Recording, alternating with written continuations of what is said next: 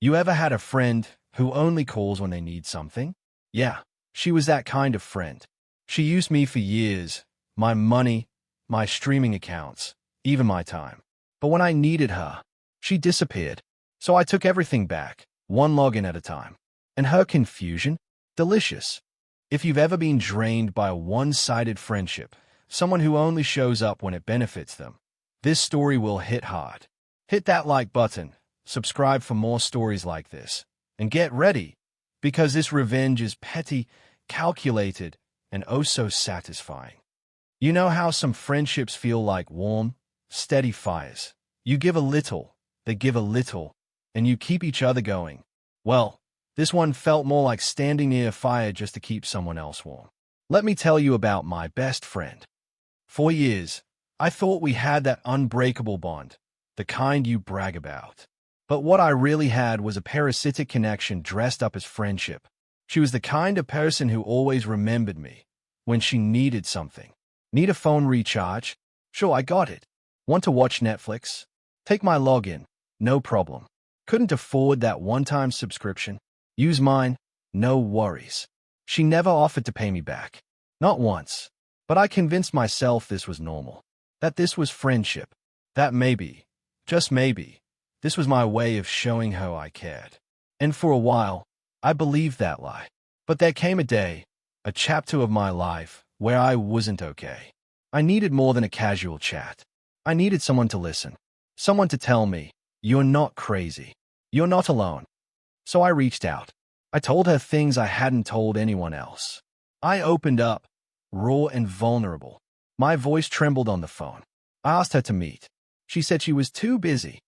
When I pushed a little, just enough to say, I really need a friend right now, she rolled her eyes and said, you're always finding ways to be unhappy.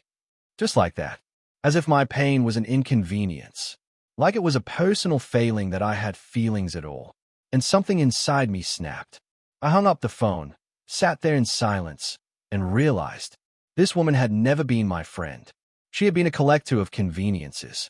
And I was just another app in her toolkit, ready to serve whenever she logged in. So, I made a decision.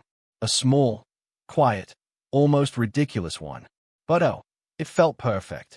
Switch to slightly playful tone. Revenge planning begins. You see, she'd been using my Netflix account for years. Never asked if it was okay. Never even offered to split the bill. It was just expected. Like air. Like gravity. So I changed the password. Nothing crazy. Just a clean, quiet lockout. Hours later, she texted me.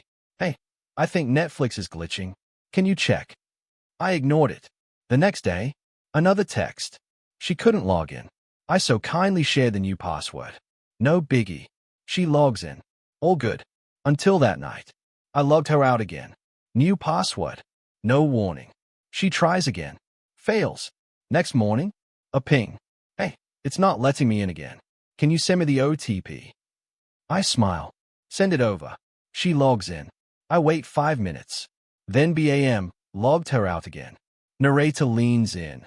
Dramatic and satisfying tone. This went on for days. And every single time, I played the part of the kind, confused friend. Ooh, yeah, weird. Maybe it's the device compatibility. Oh, maybe someone hacked it. Try again. And every time she logged in, I kicked her right back out. Her confusion turned into frustration.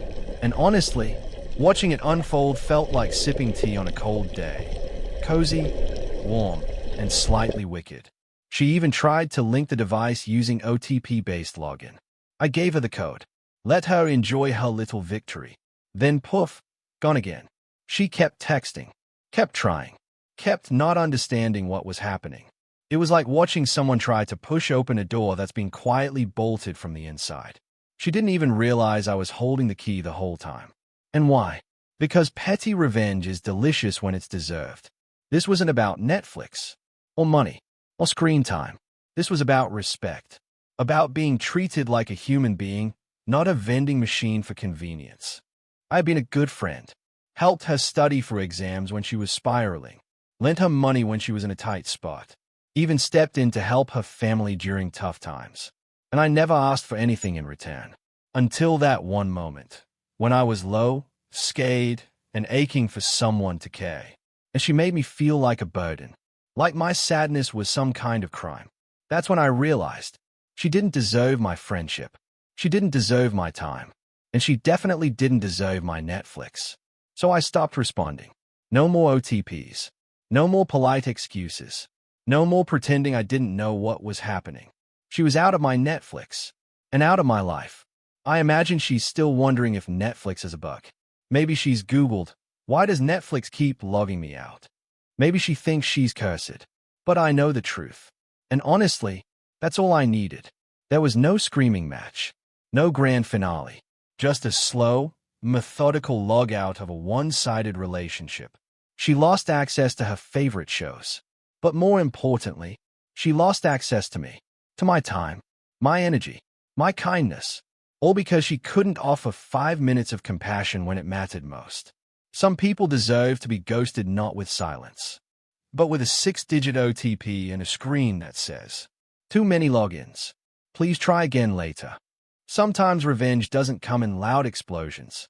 Sometimes it's a quiet click, a changed password, a boundary drawn in pixels and pride. Because when someone shows you how little they value you, believe them, and then log them out. If this story hit you in the gut or made you smile just a little, hit that like button and share it with someone who needs to hear it. What's the pettiest revenge you've ever taken? Drop it in the comments. We read every one. And don't forget to subscribe for more real stories of karma, chaos, and sweet, sweet payback.